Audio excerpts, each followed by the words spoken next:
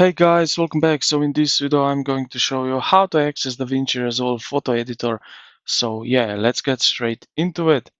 Now launch DaVinci Resolve and open a new or existing project. So let's go and create a new project. Now look at the very bottom row of screen where the page icons are arranged. So we have media, cut.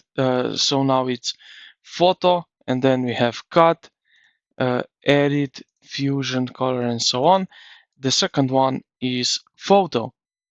So if you click on photo tab, if you don't see it, go to the top menu bar, select workspace, and then show page, and select right here photo, check mark, and you will see it right here.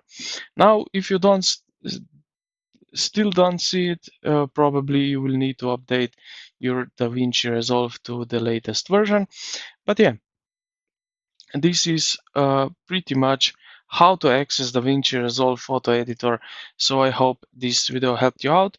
If you did, consider to like the video and subscribe to the channel. Thank you for watching, and I will see you in the next one.